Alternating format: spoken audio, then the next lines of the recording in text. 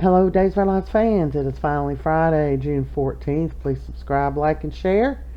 So, Chad just came out of the room in the police station where Clyde gave him the big information. It's big, Chad.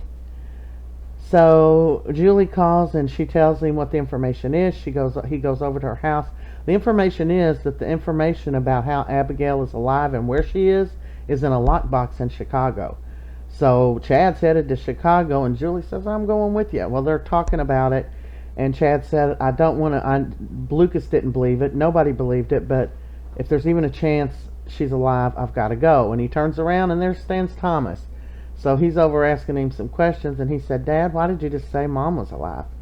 But Julie jumped in to the rescue. As usual, we can count on our gal, Julie, and she told him, well, what your father meant was even though she's passed away, she'll always be alive in our hearts. Good save, Julie, especially for a little child.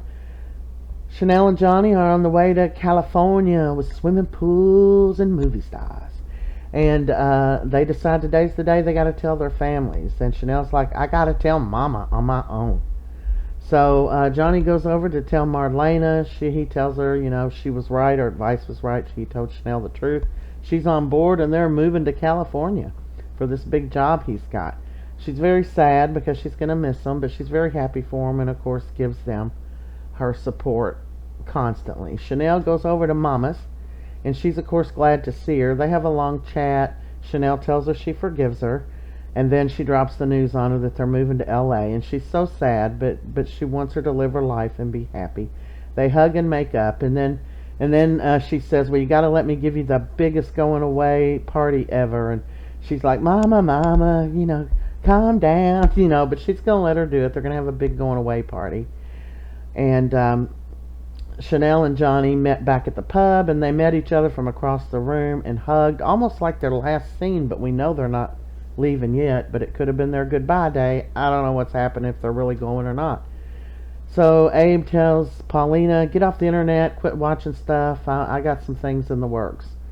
Well, this is his things in the works. Meet E.J. Dimera. He called to have a meeting with him. He told him he knew he was in charge of that group, and he said, I can't lie to you, Abe, I am. And he asked him, at least in the name of family, would he stop it, and he wouldn't. And Abe said, well, it shows what kind of man you are. All for spite, E.J.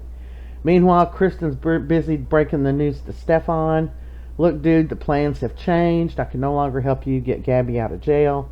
She has been given the role of CEO at Dimera. EJ, nobody knows it. She snuck and sent in some files, her predictions for the company, and then she opened that fund for Stephan. She said, I can't be seen as somebody trying to get his son's murderer off the hook. But she did make him a little grab-and-go kit with a bunch of money and an envelope with connections in it where her and Gabby can go anywhere if he does go on and try to break her out of prison. They hug like that's their last scene.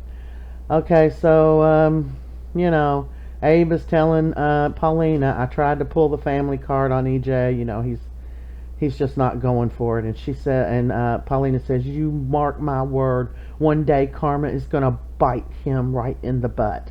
I don't know if she said butt, but she knew it was him all along. She's trying to be calm, but he's out to get her.